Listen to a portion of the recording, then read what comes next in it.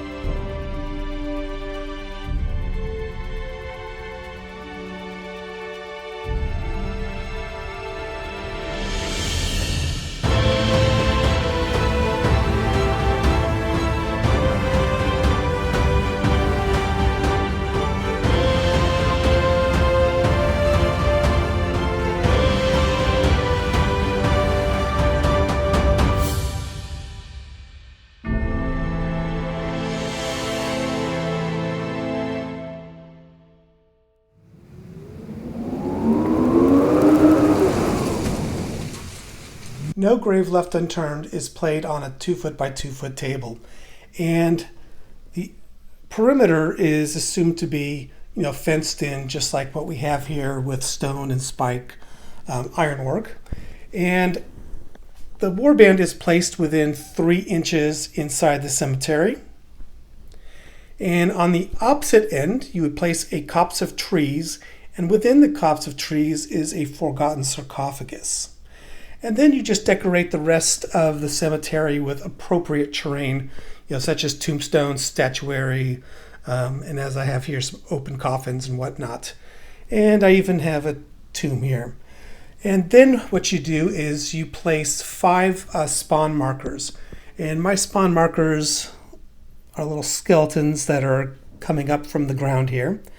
You place one in the center of the table, and then you place the others about 6 to 8 inches apart so that they form an X. So what we have here is the one in the center, and then we have one down here, one right here, one inside the tomb, and then one pretty close to the entrance where the party is. And so these are going to be spawn locations where every single turn you roll a die to determine what spawns. Also place the bodies, or tokens representing the bodies, of 3 cultists, and I have these red discs that represent the bodies that can be searched. And place a giant rat next to each body. And the body should be placed about 6 inches away from the center point of the map. And you can just do that randomly.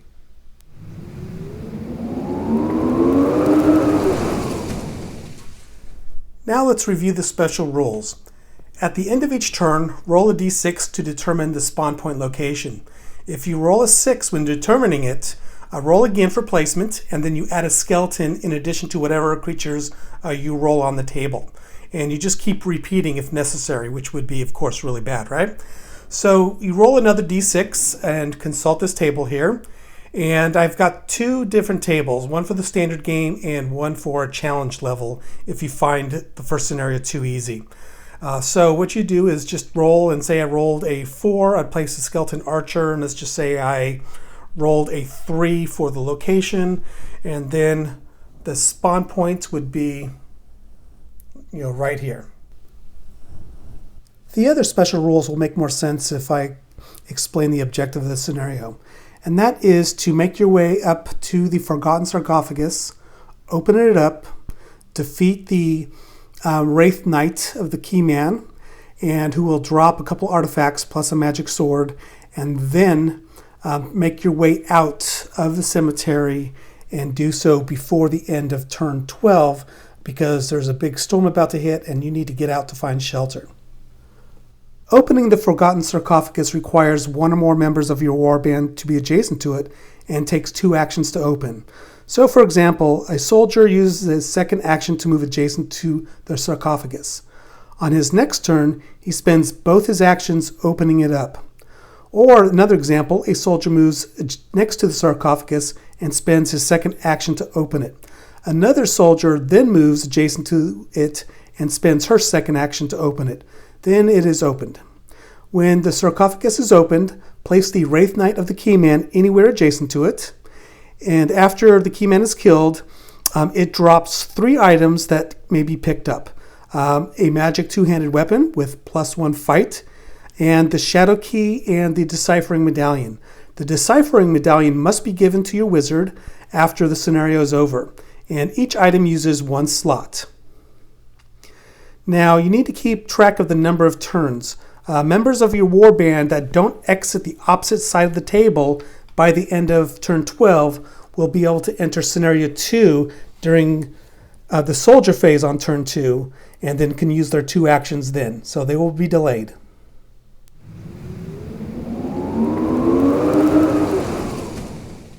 And the campaign begins. Okay, so the first thing I'm going to do is a group activation in the wizard phase, starting with Cherry Burt. And all those activated in a group activation must move first. So we're going to move Cherry Burt.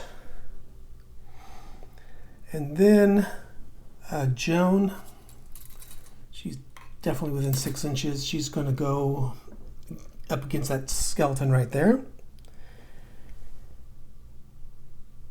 And I don't think, you know what, I should have moved Cherry Burt right there so he is not within line of sight of this skeleton archer. So now he's in, looks like, yeah, line of sight of both.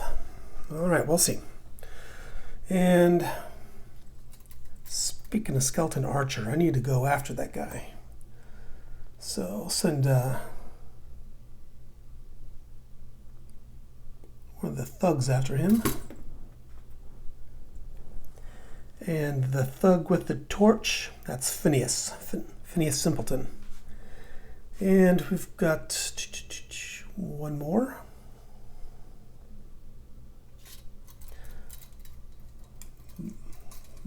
Might as well move up the thief. He can go 7 inches, so that brings him right up alongside our wizard. All right, so Joan is going to attack the skeleton first and roll the dice. And interesting, she rolled a 1, and the skeleton rolled a 13, so 14 total. And Joan with an 11 armor takes 3 damage. Next, let's go ahead and move Tom Bumblefinger. He can move 3 inches in his second move, and he's going to move, try to get the tombstone between the archer and himself, so that way he has a little bit of cover, at least some intervening terrain. And then our thief here can move 3.5 inches, closes in on the skeleton, doesn't quite make it. And as far as Cherry Burt, I think I want to attempt enchant weapon and do it on Joan because we're going to need magic weapons to be able to defeat the wraith. And he rolled a 5. It failed. Cherry Burt takes 1 damage because he failed the spell by 5. So he takes 1 hit. All right, now onto the apprentice phase, and Morkant is going to activate Ode, the treasure hunter, Thomas Middleton, the archer, and Sigismund Floyd, the man-at-arms. So we need to do the move first. Just gonna follow alongside his master there. And we need to get the archer into a place where he could start shooting. So we'll move him right here. And Joan needs some support in combat.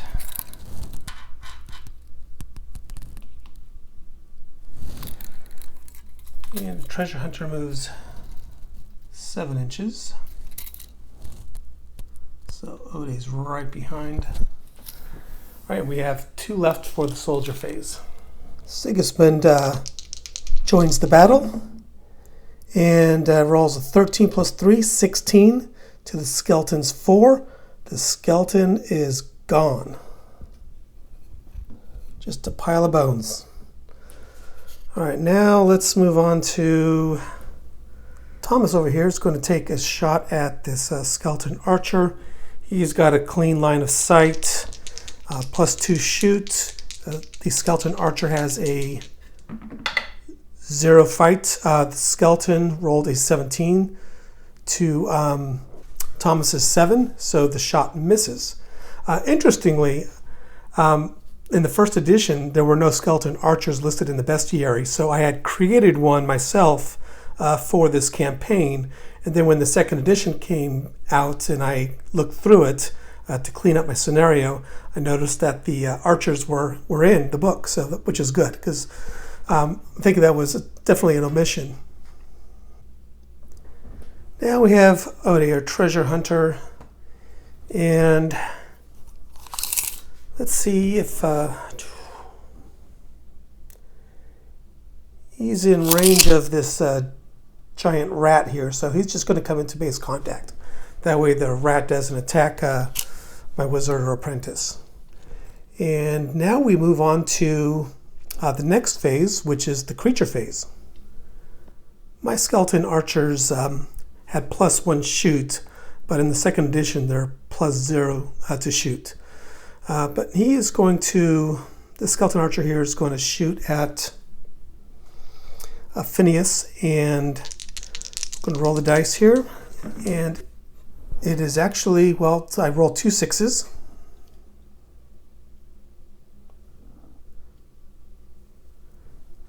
But there's some intervening terrain here, so the skeleton misses. Now the other skeleton archer is going to take a shot. It's going to shoot at Tom Bumblefinger here. Roll the dice, and rolled a 6, but the armor takes care of that, so no damage. And now let's move up the skeletons into combat here. So the skeleton makes a move and attacks. And Tom Bumblefinger rolled a 13 to the skeleton's 5, adding in the fight. This is a dead or re-dead skeleton. And let's go ahead and move this skeleton up.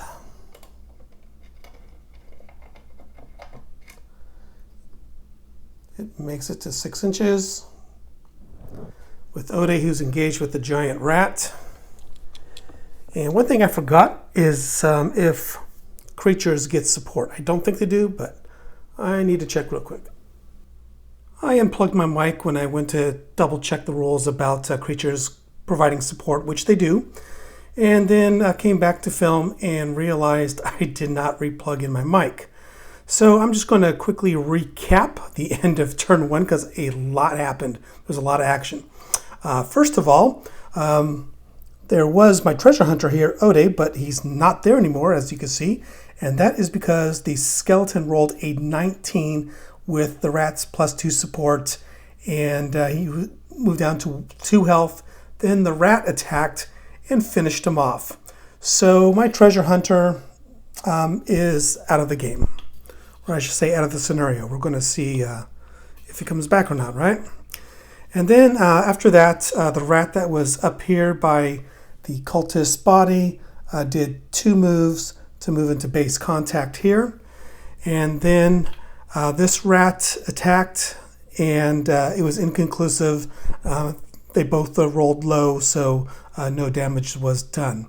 And then finally, it was a soldier phase, and so just did a double move to right here.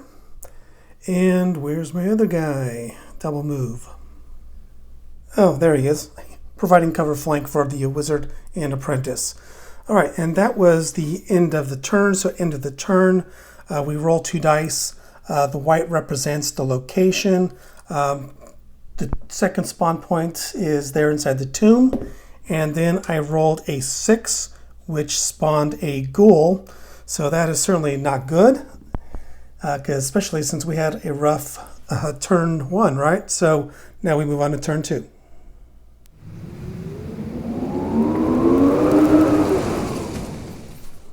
All right, Cherryburt is going to do a group activation, and it's going to activate my Archer Thomas here, as well as my Thug, that's Alaric, and I think he's also going to activate Joan. So let's do the moves first, and he needs to get into position to try to cast Fireball at that ghoul, or I should say Elemental Bolt, not Fireball. And then Joan, she's going to come around to attack the skeleton here. And he's going to move just over to the side, flank, and attack the giant rat. And finally, I think my Archer, yeah, he's got a clear line of sight, so he's going to move up into cover right here. All right, so let's go ahead. Well, look what I just did. I just blocked Cherryburt from casting Elemental Bolt. Okay, right. I guess he could do it. That's something else. We'll see. All right, so actually, Cherryburt is going to cast Enchant Weapon, or attempt to, and he rolls a 17, so it is successfully cast on Joan here. So she has an enchanted weapon, and now she is going to attack the skeleton, and she rolled a 16 to the skeleton's 12, so she takes out the skeleton. And then the giant rat right here. All right, giant rat rolled a 2 to a 6 plus 2 is 8. And the giant rat is health 1. So the giant rat is also out. All right, finally we have Thomas, our archer. And I'm going to say that Tombstone is intervening terrain plus a hasty shot. So he's going to take it at the skeleton archer. So Thomas rolled a 12 plus 2. I believe it's minus 2 for the both modifiers for the hasty shot and intervening terrain. And so the skeleton is gone because skeleton only rolled a 6. It is now the apprentice phase, and it looks like we're going to do a group activation. So he's going to move 6 inches up. He'll intercept that ghoul, and I think we're going to have to do Elemental Bolt. So he needs to roll a 14. Let's see here. Yes, a 14. And all right. So the ghoul rolled this. Sorry, I don't know why I rolled the ghouls, but red is my team's. He rolled a 20. He's successfully cast. Now he rolls to do a. I think it just changed from +8 to a +7 shooting attack for Elemental Bolt. Yes, these are first edition cards, and I went through the spell cards and changed it, and it is +7 shooting attack within 16 inches. So that's the change to second edition. So roll the die. He rolled a 15. So 15 plus 7, so 22. The ghoul's armor is 10 and has a health 10. So the ghoul has been taken out. All right, turn 2 is really looking up. That is the apprentice phase. And now we move on to creature phase 2. The giant rat has 0 fight to Phineas's 2. The rat rolled a 5. Phineas rolled a 4 plus 2 fight, 6, 1. But the rat's armor is 6, so no damage goes through. Now the rat attacks Tom Bumblefinger, my thief. And Tom rolled a 17. The rat is also toast. And finally we have the skeleton archer right here. It's going to take a shot at Rob Robertson, thief. And the skeleton rolled a 5 to Rob Robertson's 16 plus fight. So the shot misses. That's the end of turn 2. So now we need to spawn another creature. And so the white die is the location 4. And we spawned 3 giant rats. All right, spawn point 4 is right next to the skeleton archer. So we've got the 3 giant rats. One of them is a rodent of unusual size, because I don't have any more smaller ones. And we move on to turn 3. It's turn 3 wizard phase, and Cherrybird is going to do a group activation and activate the 2 thieves in front of him, and also Thomas the archer. So the archer is not going to move, but we're going to move the 2 thieves up.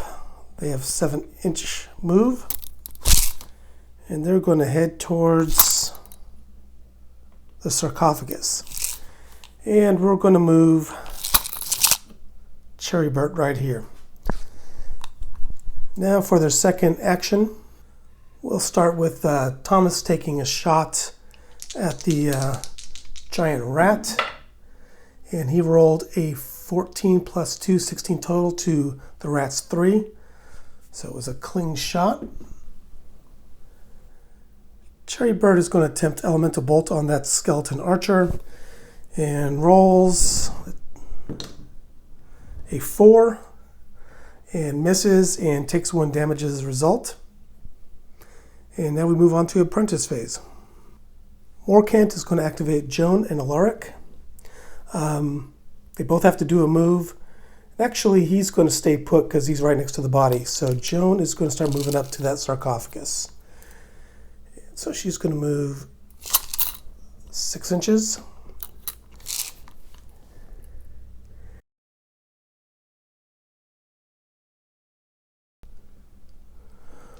Morkant searches the cultist's body, rolls a 10, and that is 9 gold crowns.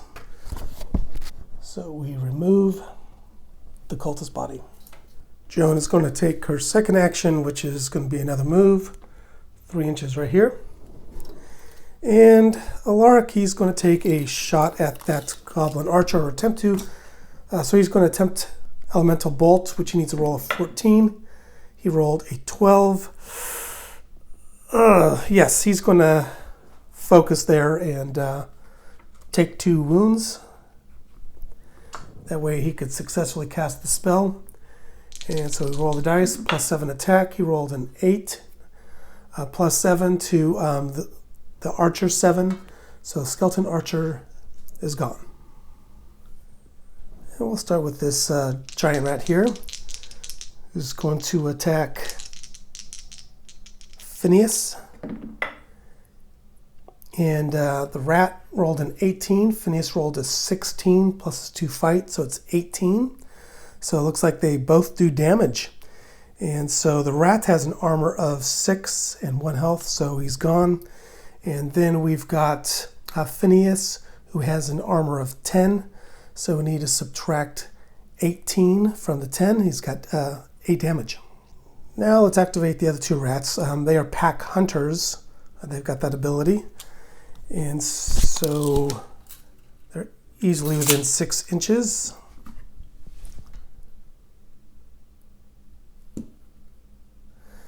And they're going to attack. So rat attacks with support.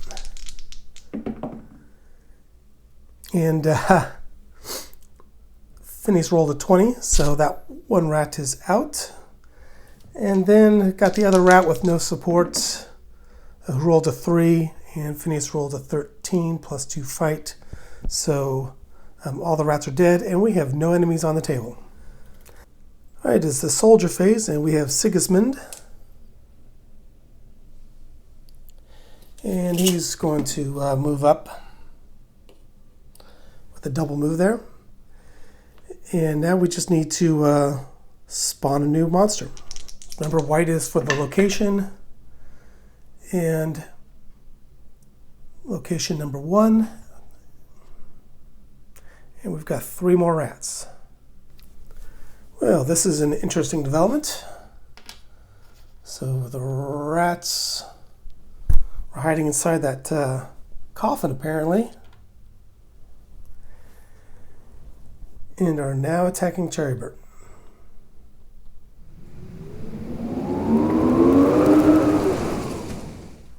Well, with 3 rats adjacent to our wizard, he's going to do a group activation. And yeah, Alaric is within 3 inches. So Alaric turns around.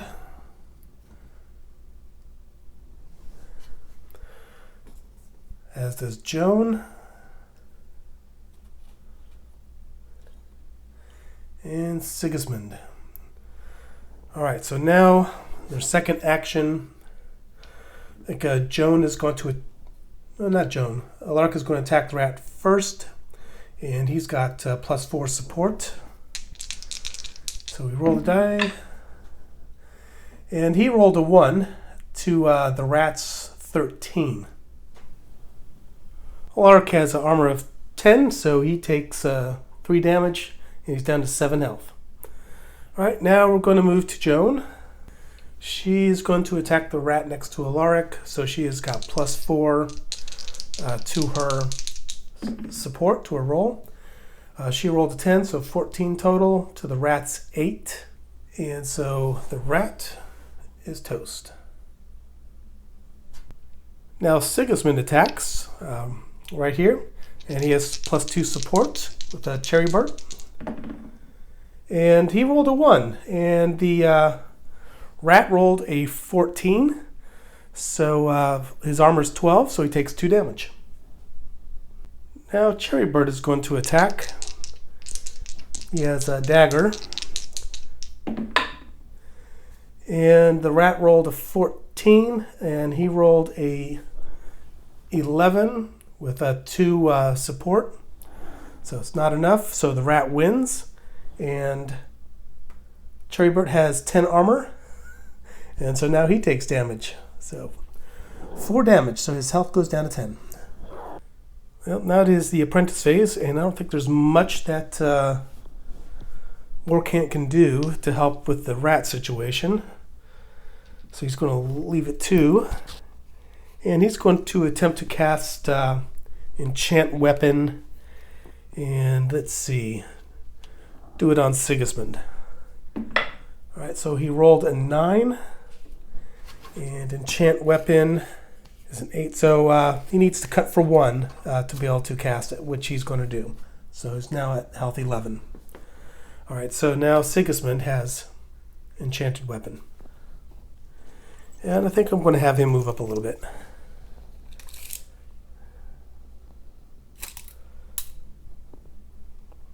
Right here. All right, now it is the creature phase, and we've got 2 rats, and they're both adjacent to Cherrybird, so they're going to, of course, attack him. And so, roll the dice, and the rat Rolled a 17 plus 2, 19 to Cherrybert's 11 plus, how much fight does he have? 2 fight. So the rats win. And Cherrybert with 10 health is down to 1 health. All right, this is not looking good. So the other rat attacks. And the rat rolled an 8, so 9, 10. And also Cherrybert rolled a 10. And so he does not take damage, thank goodness, but the rat does because the rat has an armor of 6. So this rat is gone. We now have the soldier phase.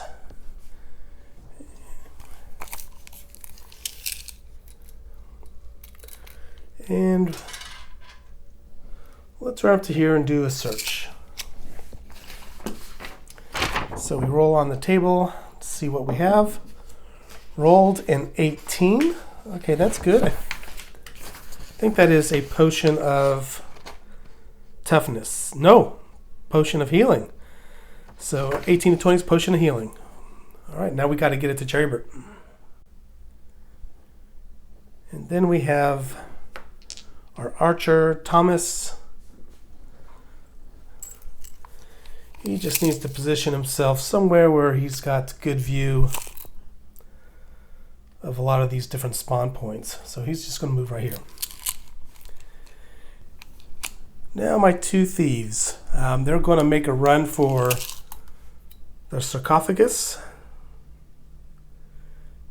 And they are both in range, since they have 7 inches move, to move up adjacent.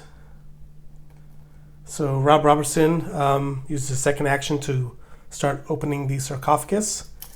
And then Tom Bumblefinger does the same. And the sarcophagus is open.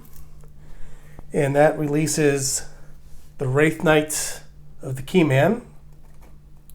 And they better start running because they have no way to damage him. Actually, I stand corrected. So the Wraith Knight of the Keyman, he is undead, immaterial. He can move through terrain, immune to control dead. Drain life force, all attacks do double damage, and non-magic weapons do half damage rounded down. That is something I added for this scenario because if you got a beginning warband, you may not have the enchanted spell, and you certainly don't have the magic weapon starting out with, and so you got to have a way to damage him. So he could do double damage, they can only do half damage. All right, now we just need to see what spawns. So the white die is the location number, and we rolled a 3, so it is a skeleton and a giant rat. Oh boy. Alright, so kind of right back to where we started. Another big scrum going on here. Alright, and that concludes turn 4. Start of turn 5, wizard phase, and Cherrybert is next to 2 rats, and there's also a skeleton there, so got another scrum. And he's going to, of course, do a group activation. For the first action, they need to do a move, which they're not. They are locked in combat, so for the second action, they're going to attack. All right, so we're going to go ahead and start with my thug here. And Alaric is going to try to attack the skeleton. He has +2 support. And the skeleton rolled a 2. And Alaric rolled a 9. Plus his fight is... What is his fight? It's +2 with +2 support. And so that skeleton with an armor of 10 is toast. All right, and now we have... Well, since the first action has to be move action, she can't move in adjacent to this rat here, unfortunately. So we've got our man-at-arms here. So Sigismund, he's got +2 support and +3 fight. And the the rat rolled a 20. I can't make this up. And he rolled an 11. So red is always my party because, elementalist fire. That's how I remember. All right, so anyway, yeah, not good. Sigismund has 10 health and 10 armor, and it's 10 damage, so he is out of the fight. And now we have creature phase. Wait, not yet. I still have my wizard here. He's kind of locked in combat with 2 rats. Oh, well, this could decide the game here. So let's move this over. And he is going to attack one of the giant rats who has +2 support.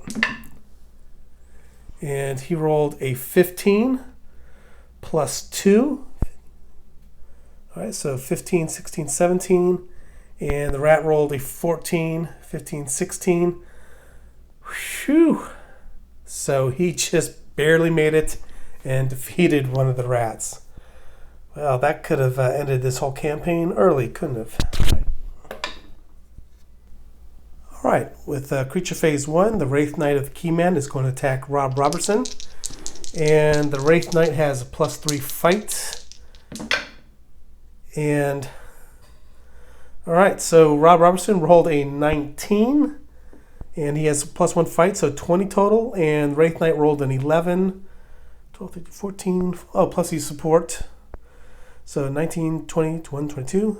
So Rob Robertson wins at 22. And so the damage is halved to 11. But the armor is 12 for the Wraith Knight, so no damage is done. It's the apprentice phase, and Morkant is going to run up and attack the rat. And rolled an 18 to the rat's 14. The rat is dead. So there's no more threat to Cherrybert, except for the fact he's down to 1 health. And now we move to creature phase 1, but we don't have any. I mean creature phase 2, but we don't have any creatures. So now it goes to the soldier phase. For the soldier phase, I think I'm going to keep Thomas right here. And then for Phineas, he's just going to do a double move to right here.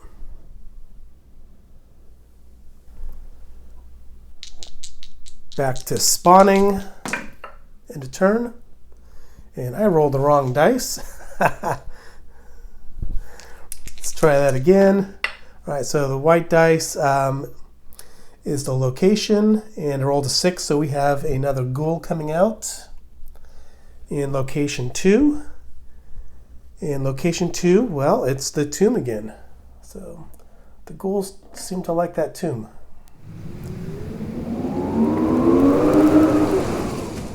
Now, one thing I forgot to do, and I should have done, is since Rob Robertson, the thief, actually beat the Wraith Knight in a round of combat, he can push the Wraith Knight back an inch. So that way they're out of combat and they can escape.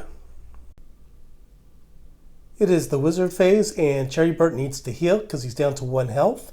But casting heal on himself would be very risky because it has a casting roll of 12. So he could very well kill himself trying to heal himself.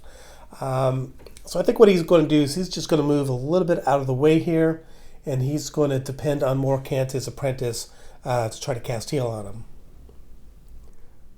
For creature phase 1, the Wraith Knight of the Keyman is going to move up against Rob Robertson and attack him. And he rolled an 8, plus 3 fight equals 11. Rob rolled a 4, plus his 1 fight equals 5. So the Wraith won. So 11 minus Rob's 10 armor is just 1 damage, but you multiply it because he does double damage. So that brings Rob Robertson down to 8 health. It is now the apprentice phase. Morkant, I think he's going to move right here. He's going to do a move first, And then he's going to attempt heal, and he has to roll a 14 or better. He rolled a 20. Oh, that's awesome. So our wizard has 6 health now. Now it's creature phase 2, and we've got this ghoul to contend with.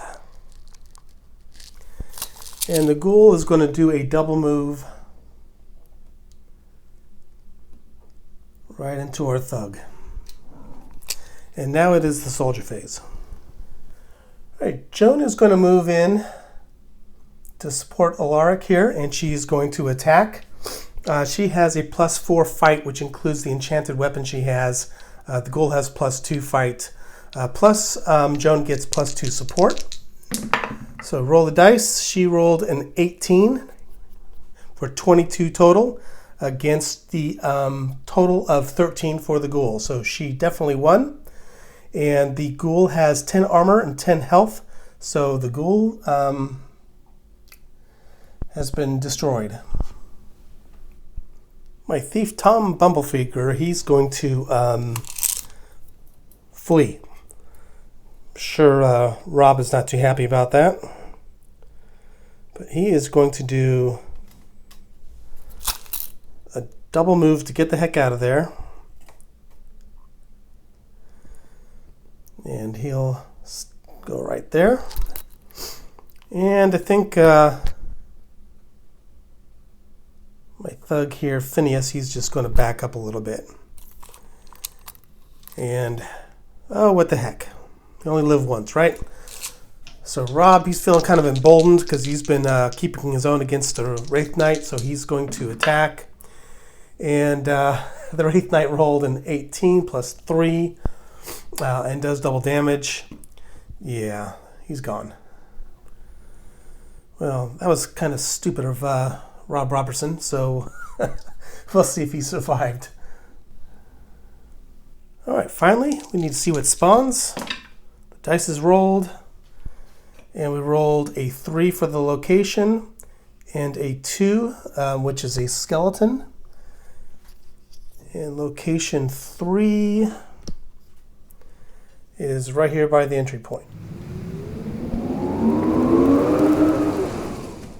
All right, it's the start of turn 7, and I'm going to make a quick ruling. I did the eyeball test, and the Wraith Knight and my wizard can kind of see each other, but really doesn't make a lot of sense realistically, since he's kind of on the back of the hill. So I'm going to rule that only when the Wraith Knight comes on the crest will he have a line of sight, and vice versa.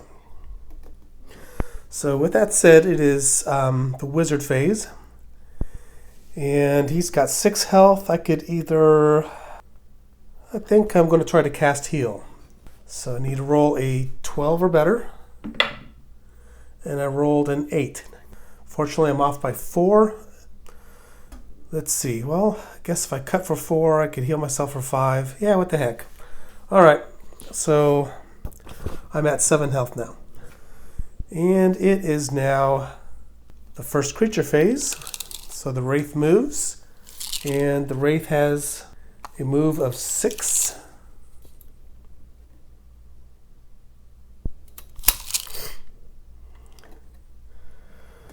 So that's the first move. And then, oops, the second move. He moves adjacent to Phineas. I forgot to take my second action for my wizard, which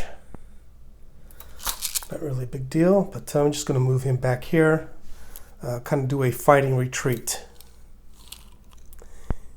And it is now the apprentice phase. Alaric, he is going to activate Alaric and Joan. And they are going to move up to attack.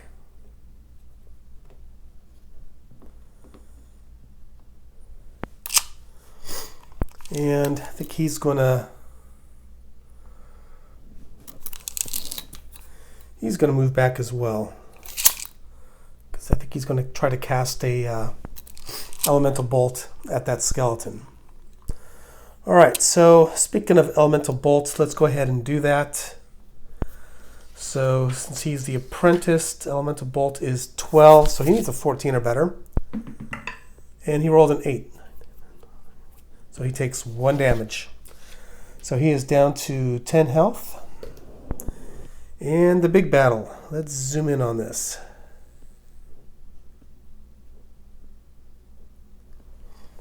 All right, so they're going to start with Joan. She's got +4 support and +4 fight, so she's a +8.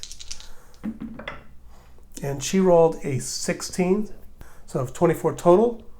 The Wraith Knight rolled 17, so Joan won.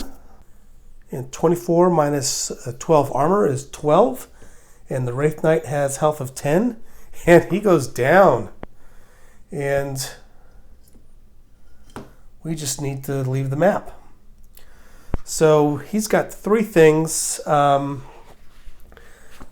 I dropped. One was the magic sword, which she's going to pick up. And then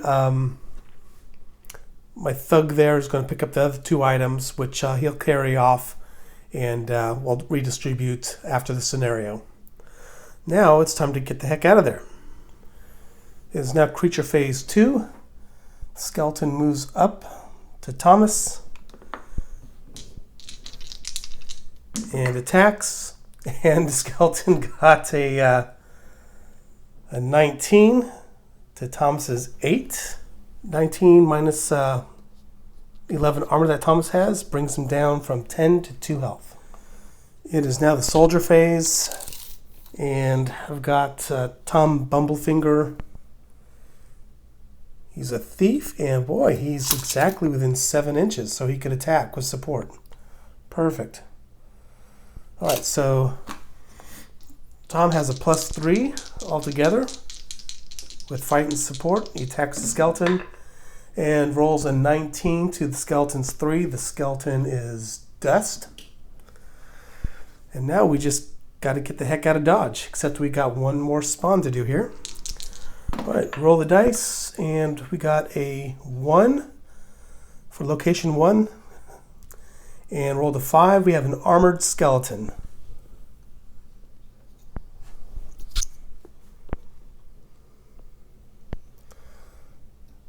Location 1 seems to be a pretty popular spot for spawning. All right, and that concludes turn 7.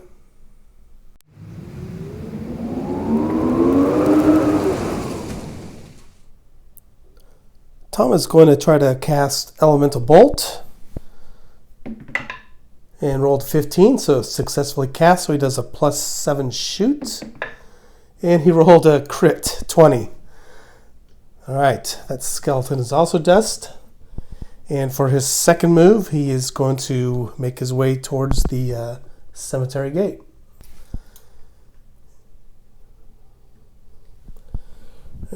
And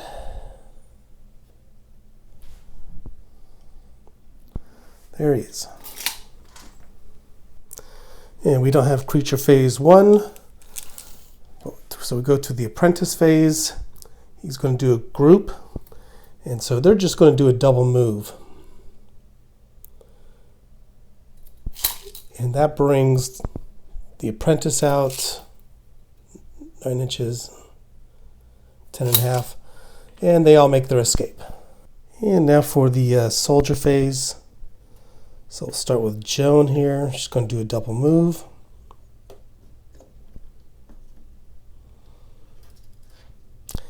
And they're going to do that as well. So they're all running together in a group.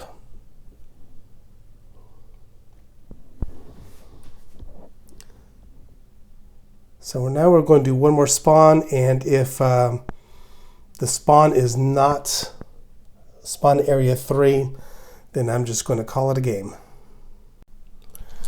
All right, and spawn area 1, that's back to the same spot, the coffin, with another skeleton. And, well, I think we need to play this through. because we've got the skeleton right here, and the skeleton activates before the soldiers. So basically, yeah, we need to play another game. So Cherry Burt is going to cast Elemental Bolt. And oh my gosh, that is the way to end the game. Another crit. And so he blasts that skeleton, moves out. Everyone else does a double move. They're out, and now we need to do the end of game stuff.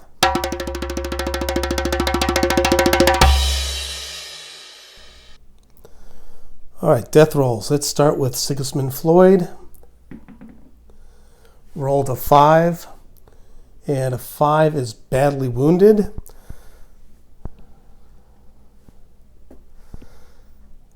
And now we're going to do our treasure hunter, Ode, who didn't do much in the game.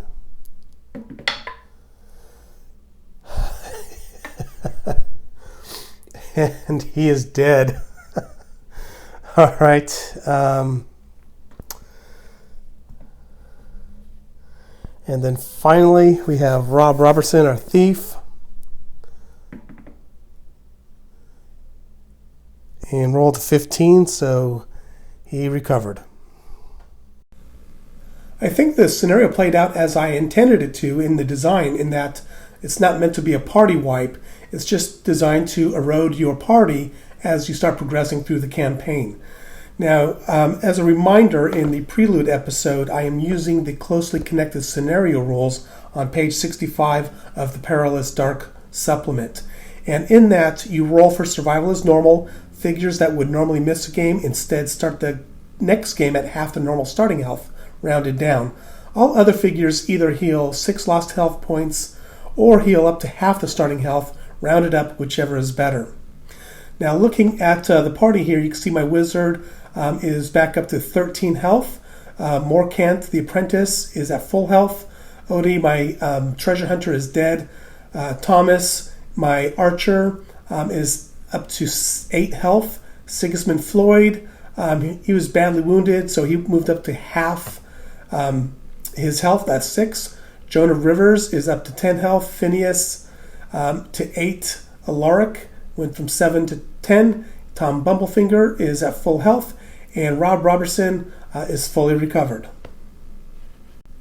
Now let's look at our experience. We received 40 XP for killing the Wraith Knight of the Keyman, and we got all of our party off the board before turn 12 for 45 XP. It's assuming that any that fall in battle were carried off by other members of the party. Received 15 XPs for failed spells and 60 XP for successful ones. Wizard participation, 40 XP, and killed creatures, we got the max at 50 XP for a total of 250 XPs, which means we leveled up by 2. Cherry Burt is now a level 2 wizard, and his health increased to 15, and he was able to improve his heal spell, and the casting number is now 11. Finally, let's look at the treasure. Cherry Burt got the Deciphering Medallion and a healing potion. Morkant the Apprentice got the Shadow Key. Joan got the Magic Two-Handed Axe, and the 9 gold crowns went into the vault. I hope you enjoyed the scenario. The next one is called Caravan of the Dead, and I'll see you next time. Take care. Bye-bye.